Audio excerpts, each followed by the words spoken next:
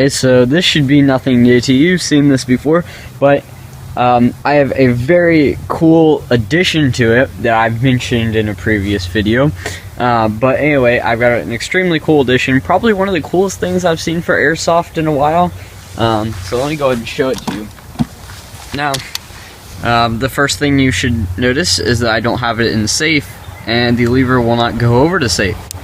That is because this is gas blowback now. I've bought the GHK GBB conversion kit, and I have it installed. And anyway, so you can not really see in there, but I'll disassemble it in another video and show you what it looks like inside. But for this video, we're going to be doing some shooting with it. That's why I'm outside. It's a nice warm 80-ish degree day, so it should perform very, very well. And by the way, if you do buy a kit or something like this, and you notice that when it's decocked like this, you just heard when you pull the trigger and the hammer fall, it's obviously empty. But anyway, and it won't go over to safe. Don't force it. It shouldn't by design. But when the gun is cocked, like so, it easily slides over to safe. So if you do buy one of these and you're wondering about that, it's not a problem with the gun. It's supposed to do that. That's what it does with the firearms because of the trigger group.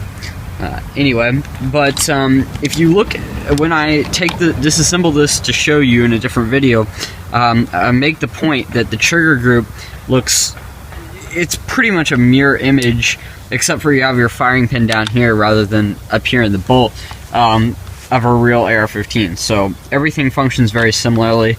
The bolt and carrier come out like you would expect, but again, I'll show you that in a different video. Today's video, though, like I mentioned, is going to be completely related to shooting of it. I can't really convey the recoil of it to you over video, but I'll try to show it to you the best that I can. Remember, this is a full metal gun, and it's quite heavy, so this gun doesn't produce as much recoil as maybe one of the lighter guns, like the or a gun with a lighter body, like a polymer body, like the G&G Combat Machine series, gas blowback series. They have this kit installed in them, or something very, very similar to it, maybe slightly modified, and they will have a lot more recoil just because of that. It makes a nice loud noise, very definitive sounds. And as you can also tell, if you know much about gas blowbacks, you can already tell it's closed bolt. Basically, all that means is that the bolt does not open up and reveal the actual chamber and barrel. This is to save gas, money. There's a lot of reasons why some of these things are closed bolt, but they last a lot longer closed bolt. They're way more gas efficient, which is something you're going to see exactly how gas efficient this thing is today. You get at least 3 magazines out of one charge, and they're 40 rounds each, so that is a lot of BBs for a gas blowback rifle. So this kit makes it very combat playable, and there's no permanent modifications for most guns. I'm not saying all, but for most, when you install this, there's no permanent modifications, so you can just swap back and forth to AEG versus the gas blowback. Maybe you live in a place where it gets nice and warm during the summer, but cooler during the winter, and you can't, play with it. You can do this. Another thing to mention, again, I will mention, go into better depth when I actually put this on the table and tell you a little bit more about it and disassemble it. But you can't really tell, but the way the hop-up unit is, it does replace your hop-up unit, and also it seats your barrel up a little bit more. That is why I can't have my barrel extension, unfortunately, so just keep that in mind. It's not a really big deal, but anyway, let's get to shooting it. More quick note before we shoot it, you do, when you insert the magazine, which I'll go into more detail about later, you do have to charge the gun like you would on a real one, and basically what that's doing is cocking the hammer, which is in here, and also chambering around. Alright, let's get to shooting. So I'll go ahead and try the small soda can up there. It's not the most consistent thing in the world, but not the least either.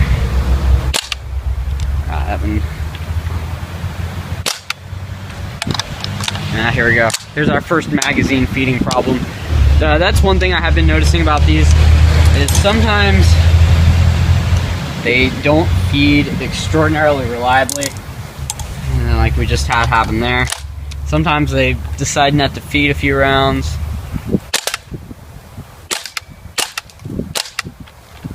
You can see it's quite loud, and I'll get a shot in a minute of the bolt that you can actually see cycling back and forth.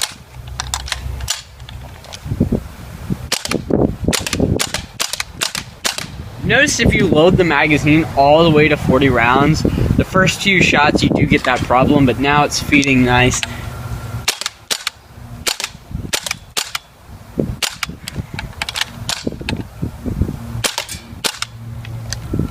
Or not. Yeah, this is another problem that sometimes we have. This lever, which I'll go into more detail again about later, is the dry fire selector, and sometimes the vibration causes it to slip onto dry fire mode and prevents it from cycling or feeding BBs. Basically what that does is at the last shot in the magazine, the gun just stops firing. It doesn't hold the bolt open all the way, it holds it open about 1/10 of the way of a full travel, but it prevents you from firing, so that's convenient. But the dry fire lever basically keeps the follower from going all the way up, so you can fire it dry if you please.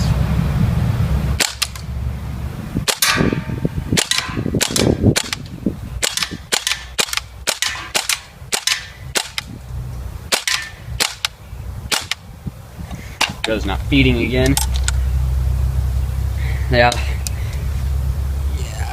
it's out, but like I mentioned, that dry fire lever, as you can see on the last round, it locked open just a little bit, and I can no longer pull the trigger to fire the weapon. It's now clear, and when you remove the magazine, the bolt goes forward, and then you can just put in another magazine. I'll go ahead and load this up again and reset the targets, and we'll shoot it a little bit more. One more thing that you may be noticing as I'm shooting this is how fast it's shooting. You probably can't see it on camera. Just dropped a BB. You probably can't see it on the camera, but it's shooting upwards of 400 feet per second. This isn't really a problem for field players. We shoot really hot compared to indoor players, but if you're playing indoors and you want to use something like this, there is an alternative. You can, as far as I know, you can get a low velocity bolt, or there's some modifications you can make to make it shoot a lower FPS. I always play field, so it's not really a problem for me anyway.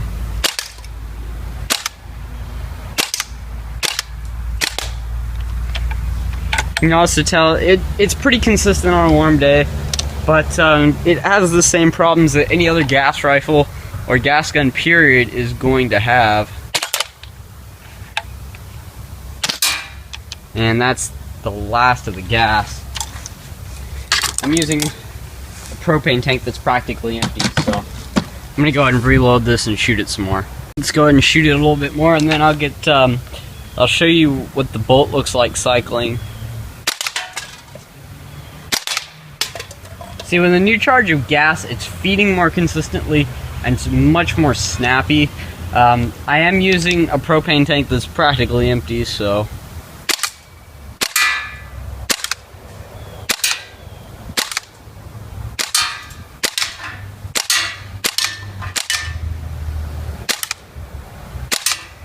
I guess now is as good as time as any to show you the rate of fire. Apparently it's around 12 to 1300 BBs per minute, or rounds per minute. That is really fast. You can listen for yourself to see exactly how quick this is. That's just a couple quick short bursts. I mean, good grief. yeah, this thing, it just cycles incredibly quickly. Leads me to my next point, which is trigger response. The trigger response on this gun, you're never going to get it with an AEG. Now this gun isn't, or I guess I should be referring to the conversion kit, but the conversion kit isn't as realistic as you could get, but for the price you're paying for this thing, it's just amazing. Yeah, we're out. But again, the dry fire lever is being obnoxious. But that is another thing. So when you are out of BBs, typically with an AEG, everyone who plays airsoft knows this, and we all hate it. When you pull out the magazine, like 5 BBs fall out. This is not the case. This follower is so long that it actually protrudes all the way up into the hop-up unit and from the bolt carrier, and this is what actually stops the gun from functioning when you're out. So just keep that in mind. Also, when there's a jam, it will stop cycling, which is a good thing. Instead of your BBs keep getting eaten up like with an AEG and broken, just make the problem worse, this will just stop firing. And then of course you can go ahead and pop out the front and rear pins and just pull the entire thing apart and clear the jam easily. Anyway, I'm gonna load it up again, and I'm gonna show you what the bolt looks like.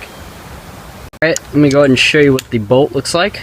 So I'm gonna go ahead and chamber around and then shoot it some. I'm not particularly aiming at anything.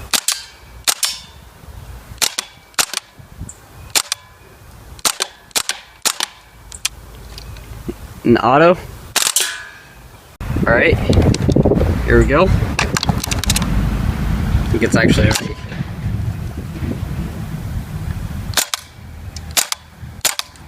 Now full auto.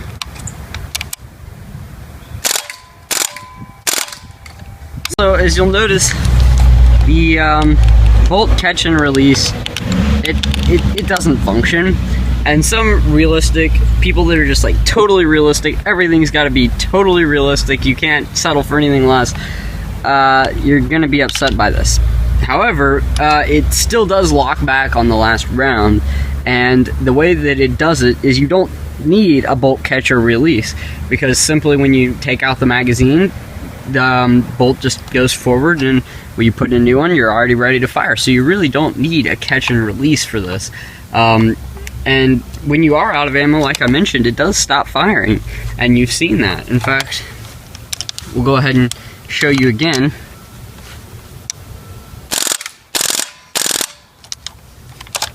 Actually, this is what really annoys me. You may or may not be able to see it. There's this little lever over here that holds the follower down, and it's obnoxious, but on your last round, as you can see, the bolt did not go all the way forward, and when I remove the magazine, the bolt stays back. However, if I were to quickly grab a few BBs, by the way, if you don't have a speed loader, this thing is nearly impossible to load any amount of BBs into it. As you can see, the bolt is still back if I put in a new magazine. Just like that, and charge it, you're instantly ready to go, and I only put 2 BBs in it, so it locked back again. Just like that. Point before I wrap this up. As far as FPS goes, your mileage will vary. It depends on your barrel length, the type of gas you're using, the weight of BBs, just your hop-up, so many things vary the FPS. But you're going to generally get about 400 feet per second without modification. I'm pretty sure that's what the kit is designed for, and that's about what I'm getting. I don't really have a good chronograph, so you can see if I fire it point blank, it's just going all the way through. I'm going to go ahead and charge another one because it fell out. And then go ahead and fire into the bottom. It goes to the bottom as well. So you are getting, or at least I'm getting, about 400 on a good day, maybe a little bit more. So this is definitely made for field and not CKB. However, like I mentioned, you can modify it for CQB. Alright, well, I think that this is about it. So I hope you have a very nice day, and I invite you to check out some of our other videos on this, and also go ahead and check out the video where I'm stripping this down and showing you the insides, also talking a little bit more about some other things. That's not posted yet, but it'll be posted very soon. So I invite you to go ahead and check that out as well. I hope you have a very nice day.